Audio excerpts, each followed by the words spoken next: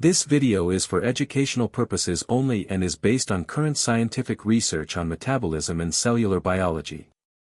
It is not medical advice, and individual results may vary. At this very moment, your body has an internal reset program already in motion. Not as a metaphor. Not as a spiritual idea. This is biology. A genuine cellular cleaning process that decides whether you feel energetic or drained, focused or hazy, strong or constantly exhausted. And here is the difficult reality most people never learn. You may be interfering with it without knowing. You could be doing everything you believe is healthy. You might be fasting. You might be skipping meals. You may even think you're supporting your metabolism. But in truth, you could be disabling the exact system meant to repair your cells and rebuild your energy. And it happens silently. Automatically. With no obvious warning. This is not a theory. This is not a wellness trend. This is proven cellular science, acknowledged at the highest scientific level. This process exists whether you accept it or not. The real question is simple. Are you letting it function, or are you constantly disrupting it? Once you understand what is truly happening inside your cells, you will never view hunger, fatigue, or fasting the same way again. If this feels familiar, stay with me. You are not just tired. You are operating inefficiently. Think about your 20s. You could eat and soon feel energized. Food became motion, clarity, warmth, and motivation. Your body handled it effortlessly. But for many people in their 30s, 40s, and 50s, the same meal feels different. Heavier. Slower. As if it just lingers. You wake up already lacking energy. You rely on caffeine just to function. Your mind feels cloudy in the afternoon. And no matter how healthy your diet is, your metabolism feels resistant. Uncooperative. This is not simply aging. It is not a failure of discipline. It is not because you suddenly forgot how to eat properly. What you are experiencing goes deeper. It is metabolic aging. Not your calendar age, but how effectively your cells generate energy. When this happens, your body does not feel broken. It feels overloaded. Slowed down. As if it is stuck in a constant low-power state. And here is the important truth most people overlook. This condition is not permanent. Your body did not lose its ability to function. It is reacting to internal changes that developed quietly over time. Changes you can influence. Here is where people often misunderstand the situation. When energy drops, the natural reaction is to eat more. More meals. More snacks. More fuel. But the problem is not a lack of energy supply. The problem is that your cells can no longer use that energy properly. Inside your cells are tiny structures called mitochondria. They are your power generators. When they are clean and working well, energy flows smoothly. But over time, damaged proteins, faulty components, and worn-out cellular parts begin to accumulate. This buildup creates internal clutter. Like a factory filled with debris. The machines still operate, but slower, noisier, and far less efficiently. Your body continues sending more fuel, hoping it will solve the issue. But it does not. Adding more fuel cannot repair a system that is already clogged. It only creates more strain. The mitochondria begin to struggle. Energy production declines. Fatigue becomes your normal state. Fat loss slows down. Mental clarity weakens. Hunger increases. Not because your body truly needs more food, but because your cells are failing to produce usable energy. This is why metabolic aging feels so discouraging. You try harder. You eat carefully. You stay disciplined. Yet your body gives you less in return. The true problem is not energy supply. The real problem is cellular cleanup. Until that cleanup takes place, no level of discipline can fully restore efficiency. This is where autophagy becomes essential. Autophagy is your body's natural cellular cleaning system. The term literally means self-eating. But the name can be misunderstood. This is not destruction. This is targeted recycling.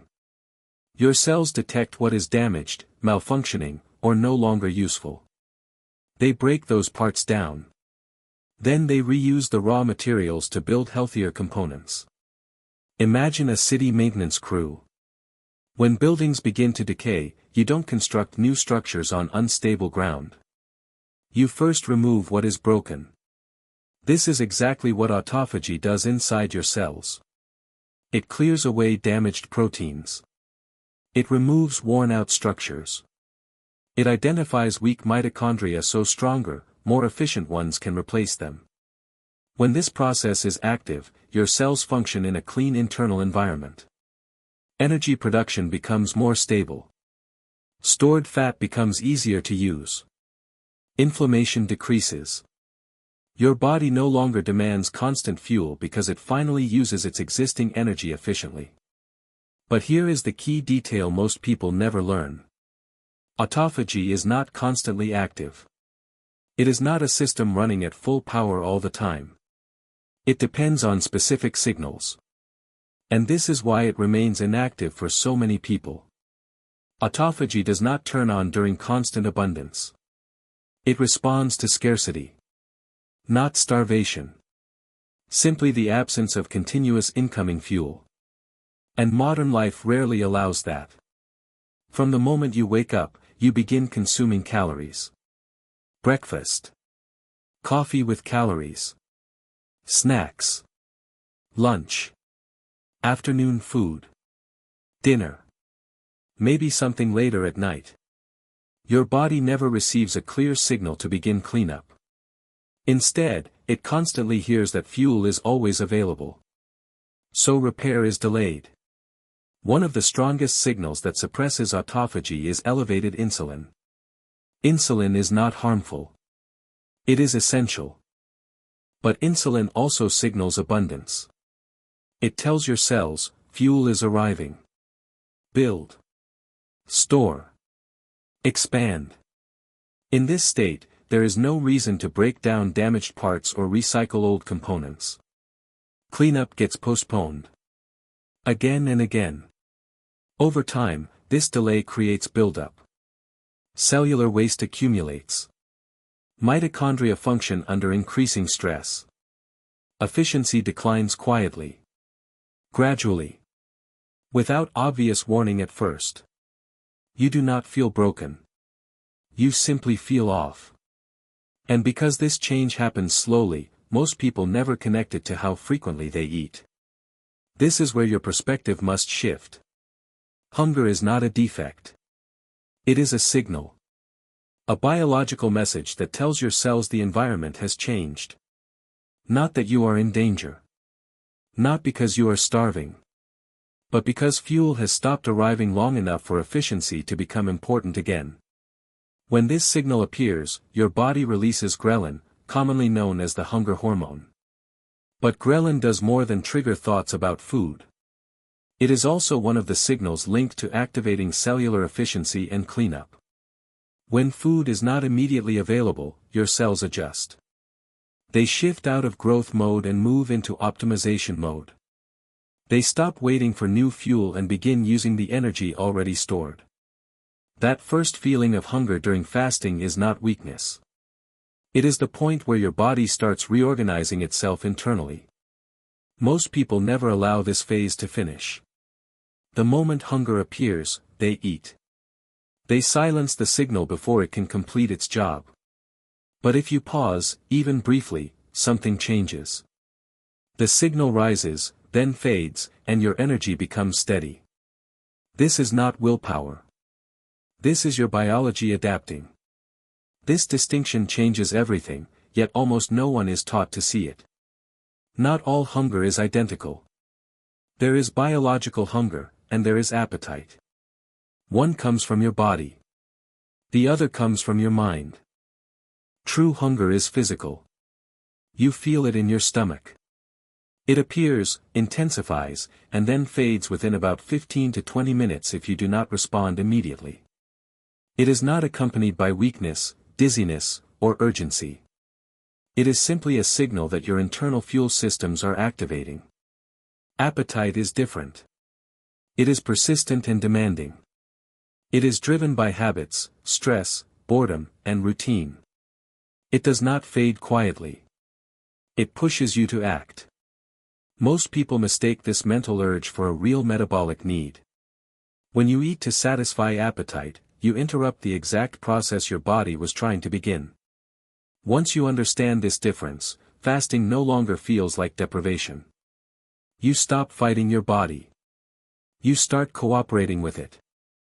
And when you allow that first wave of hunger to pass, something unexpected happens. Your energy stabilizes. Your focus becomes sharper. The urge to eat weakens. Because your cells have begun fueling themselves. This brief period is where most people struggle. Not because they lack strength. But because no one explained what is truly happening during those first 15 to 20 minutes. When the first hunger signal appears and you do not eat immediately, your body does not panic. It adjusts. During this short window, ghrelin rises and then settles. Insulin remains low. Available energy drops just enough to trigger efficiency. Your cells receive a clear instruction. Use existing fuel. This is when internal energy systems begin taking over. Stored fat becomes accessible. Cellular cleanup processes begin to increase. Not instantly. Not dramatically. But with clear direction. If you interrupt this moment by eating, even something small, the signal stops. Growth mode resumes. Cleanup pauses. But if you wait, something surprising happens. The hunger fades on its own. Your energy does not collapse. It stabilizes. Your mind becomes clear. Many people mistake this as simply getting used to fasting. But it is not willpower adaptation. It is adaptation driven by biology. Your body is changing operational modes. And once this transition happens, the process becomes smoother, not more difficult. This is the point where you can greatly strengthen what your body has already begun. Movement during this period does not weaken you. It strengthens the signal. When you are fasted and slightly hungry, your muscles suddenly require energy. If no new fuel is coming in, your body has only one choice. It must use internal reserves. Even gentle movement shifts what is happening inside your cells. A short 10 to 15 minute walk. Light resistance exercises. Simple stretching that activates your muscles. Physical activity sends its own biological signal that promotes cellular cleanup and efficiency. It tells your body, energy is needed now. And when glucose is limited, fat becomes the primary fuel source. Here is the surprising part. Instead of increasing hunger, fasted movement often reduces it. Your nervous system recognizes that internal fuel is available. The sense of urgency fades. Focus improves. Energy becomes steady. This is why many people are surprised by how good they feel after moving while fasted. You are not forcing yourself through exhaustion.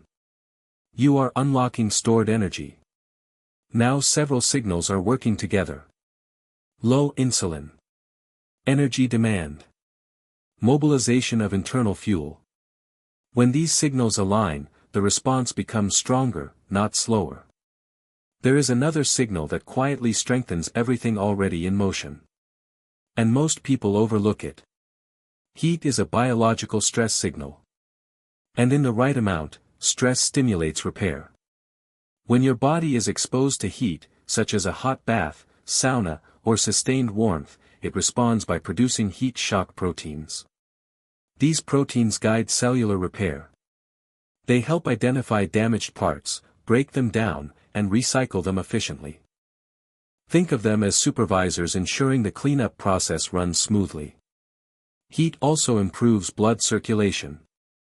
It delivers oxygen and nutrients to tissues actively repairing themselves. It also supports hormones involved in recovery and maintenance. This is not about extremes. You do not need intense discomfort. Even 20 to 30 minutes of tolerable heat exposure is enough to send a clear signal. When combined with fasting and movement, heat adds another level of coordination. Now multiple systems are working together. Low insulin. Energy demand. Internal fuel usage. Cellular stress that favors repair instead of storage. When these signals combine, the effect is not simply additive. It is multiplied. Each signal strengthens the others. This accelerates the process your body was designed to perform under the right conditions.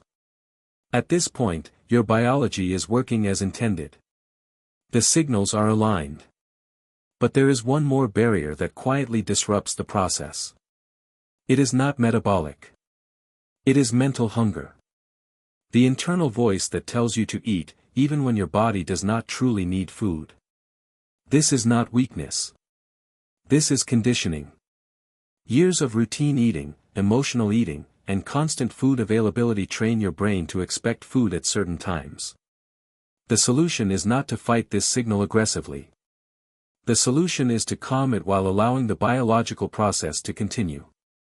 This is where hydration and electrolytes become important.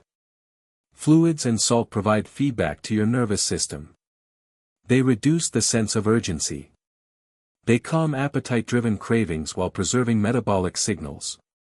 Proper hydration helps your body feel stable. Headaches decrease. Cravings weaken.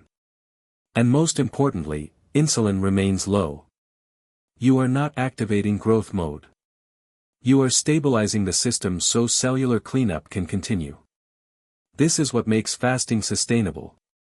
Not force. Not discipline. Alignment. When mental hunger quiets and biological signals remain active, the process stops feeling like a struggle.